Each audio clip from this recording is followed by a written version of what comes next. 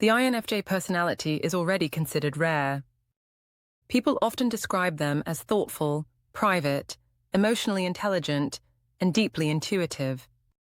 They're known for caring about others, helping quietly, and thinking about the bigger picture in almost every part of life. But within the INFJ type, there's an even more rare group, those often called Sigma INFJs. The Sigma INFJ shares many traits with a typical INFJ. They're still intuitive, still sensitive, and still driven by purpose. But they show up in the world differently.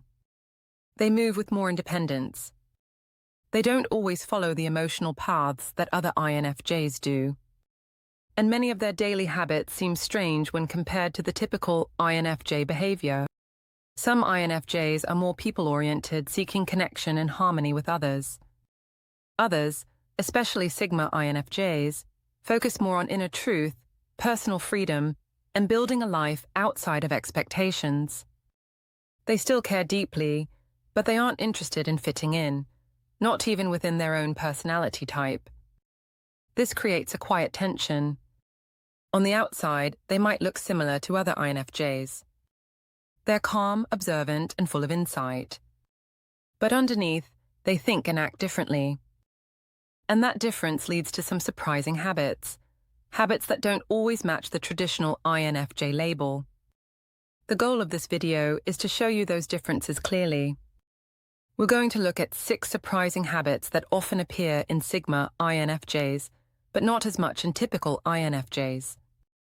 These habits may seem unusual at first, but each one reveals something powerful about how these individuals think, feel, and live. If you've ever felt like an INFJ but didn't fully relate to how other INFJs operate, this video might explain why. The habits that follow reveal a deeper kind of independence and a new side of what it really means to be an INFJ.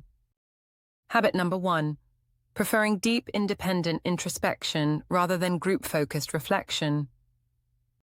Most INFJs spend time reflecting. It's how they process life. After a long conversation, a big decision, or even a quiet moment, they often step back to reflect on what just happened. This reflection helps them grow, understand others, and decide what comes next. But for a typical INFJ, that reflection often ties back to relationships. They ask questions like, did I help that person enough? Or, how did that person feel during the conversation? Their thoughts loop through social meaning. They want to grow, but they often do it through connection and emotional alignment with others. Sigma INFJs approach this differently. They still reflect, but they don't need or want to involve other people in the process. Their habit is to go completely inward, deep into their own world, without focusing on social bonds or harmony. Their reflection isn't about how they relate to others. It's about how their inner values, goals, and experiences all fit together. They often spend long hours alone, not just resting, but breaking down big ideas, sorting through personal patterns, and testing their beliefs. They ask hard questions without expecting others to understand. Why did I choose that path? What do I truly believe about this situation? Where do I go next based only on my own truth? This makes Sigma INFJs more inwardly directed. They aren't looking for someone to guide them. They're not trying to align themselves with a group's expectations or even the typical INFJ community. Their focus is on building a personal structure, one that makes sense to them, even if it looks strange from the outside. To others, this habit can seem cold or distant. But for the Sigma INFJ, it's a way of sharpening their mind. They want to grow through inner clarity, not external comfort. They're not avoiding connection, they're choosing depth over distraction. This habit surprises people who think all INFJs seek closeness through emotional conversations or shared insight. The Sigma INFJ may skip that entirely. They grow in silence, through internal debate, private writing, or simply walking alone with their thoughts. It's not that they care less, it's that they choose a different path to wisdom. Habit number 2. Questioning social structures rather than adapting to them. Most INFJs are highly aware of how people relate to each other. They notice group dynamics, unspoken rules, and the emotional energy in a space. Because of this, many of them try to keep the peace. They avoid conflict. They often fit into systems quietly and look for ways to improve things from within. This doesn't mean they agree with everything, but typical INFJs usually try to work through the system instead of against it. They might take a job and slowly change the culture. They might join a cause and gently shift its direction. They adapt, even while thinking critically. Sigma INFJs take a different approach. They don't just notice the system, they question it. They look at the rules, the roles, and the expectations, and ask, why is this here? Who is this really serving? What happens if I don't play along? They don't want to fix the system from within. They want to decide if it's even worth their time. This habit leads them to walk away from group structures more often than most INFJs would. They might quit a stable job because it doesn't align with their personal mission. They might avoid popular movements if they feel the group has lost its core values. They don't care much about fitting in, even within INFJ circles. They're not trying to represent the group or be a role model. They're focused on building a life that reflects their own principles, even if that means standing completely alone. This habit can be surprising because it looks rebellious. But it's not based on ego. It's based on truth. The Sigma INFJ doesn't want to waste energy pretending that broken systems work. They'd rather start from scratch or live outside the structure entirely. While typical INFJs might gently shift a group's direction, Sigma INFJs might skip the group altogether and create something on their own. This doesn't mean they're better, it just means their habit is more independent, less flexible, and more focused on long-term personal freedom. They follow their own compass, not the map handed to them by society. Habit number 3, using intuition for strategy and self-design rather than only empathy. One of the main traits that defines INFJs is intuition. They use it to sense things that are not obvious. They read between the lines, feel shifts in energy, and often know what someone is feeling before that person says a word. For many INFJs, this gift is used mostly in relationships. They connect with others through emotion, understanding, and shared experience. But Sigma INFJs use their intuition in a slightly different way. They still feel deeply, but their focus isn't always on people. Instead, they turn that same inner sensing toward life direction, timing, and personal growth. They use intuition like a long-range tool to design their path and predict outcomes. It's less about emotional bonding and more about mental strategy. This might look like planning a life move before the need for change becomes obvious. It could show up as sensing a major shift coming and preparing months in advance.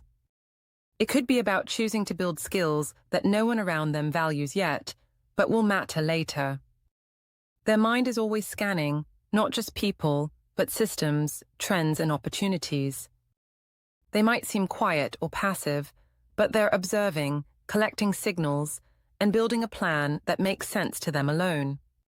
While typical INFJs might focus on what others feel, Sigma INFJs ask what's coming next and how they can position themselves for it. They often build their life silently, in layers, through invisible work. And when they act, it seems sudden. But to them, it was already obvious. They don't need full facts to move. They follow inner markers others don't see. This kind of strategic use of intuition is part of what sets Sigma INFJs apart. It doesn't mean they lack empathy. They just apply their deepest gift in a different direction. Their intelligence is private, long-term, and often a few steps ahead of what's happening around them. While others are asking, what should I do next? Sigma INFJs already have a quiet answer, and they've likely been acting on it for a while. Habit number 4, maintaining tighter emotional boundaries while remaining deeply sensitive. INFJs are known for their emotional depth. They care a lot. They absorb what others feel. They often listen without judgment and offer comfort in a way that feels personal and real. But this openness can lead to emotional overload. Many INFJs end up drained because they let other people's emotions into their inner space. Typical INFJs sometimes struggle to say no. They want to be there for others. They find it hard to watch someone suffer without stepping in. Their empathy is strong, but it can come at the cost of their own well-being. Sigma INFJs have learned a different way. They are just as sensitive, sometimes even more, but they manage that sensitivity through boundaries. They have learned that taking on everyone else's pain doesn't help anyone in the long run. So they stay open-hearted but guarded. They listen, but they don't absorb. They care, but they don't carry. They're not cold, they're contained. Their emotional boundaries are firm because they want to protect their energy for what really matters. This can confuse people. Someone might open up to a Sigma INFJ and expect them to react with deep emotional involvement. Instead, they'll get calm understanding without emotional entanglement. The Sigma INFJ stays clear so they can offer true support without losing themselves. They may limit how much time they spend in emotionally heavy environments. They may pull back when someone is being manipulative or overly dependent. Not because they don't care, but because they've learned to survive. This habit is surprising because it seems to go against the image of the deeply involved, ever-present INFJ. But in reality, it's a form of maturity. Sigma INFJs have found that being emotionally available doesn't mean being emotionally exposed. They protect their peace, and in doing that, they show quiet emotional wisdom. Habit number 5. Seeking growth through internal challenge rather than external validation. Many INFJs want to grow. They read, reflect, and ask deep questions about life. But for a typical INFJ, growth often connects to relationships and outer roles. They want to help others, improve their community, or fulfill a bigger purpose that involves serving people or ideals. This is a powerful path, but it can also be shaped by what others expect. Some INFJs look for approval even if they don't admit it. They want to know they're doing good, that their presence matters, and that their choices are valued by those around them. Sigma INFJs are different. Their habit is to look inward for growth. They don't ask, "Is this helping others?" as their first question. They ask, "Is this making me stronger?" They measure progress through internal challenge, not outer response. This means they often set personal tests for themselves. They might choose the harder path just to see if they can walk it. They may strip away distractions, avoid recognition, and focus on mastering a skill or reaching a goal no one else knows about. They grow in private. They don't need praise. In fact, they often reject it. External validation can feel fake or distracting. They care more about being true to their path than being seen on it. This habit can seem odd to people who expect INFJs to always be nurturing, outward-facing, or community-driven. Sigma INFJs may seem more distant or self-directed. But their growth is still meaningful. It's just shaped by a different compass. They are not trying to be better for the world. They are trying to be better for who they know they're meant to become. Habit number 6. Embracing nonconformity and creating their own path instead of fitting the idealist mold. INFJs are often seen as idealists. They care about meaning, truth, and helping others grow. Many of them live in a way that supports these values through teaching, counseling, creating, or guiding. They often try to fit a role that reflects their desire to do good. But in doing that, some INFJs fall into a pattern of trying to live up to what others expect from a good person. Sigma INFJs don't do that. They also care about values, but they don't want to be placed inside any role. even the idealist one. They don't want to be seen as the soft helper, the quiet guide, or the sensitive thinker just because that's what's expected. Instead, they create their own definition of what it means to live well. This shows up in how they choose their path. While typical INFJs might enter safe, supportive roles, teaching, healing, advising, Sigma INFJs often step outside those boxes. They choose paths that make sense to them, even if those paths seem strange or isolated. They may start a business, live off the grid, travel alone, or take a creative risk that doesn't fit their type. They don't just follow their values.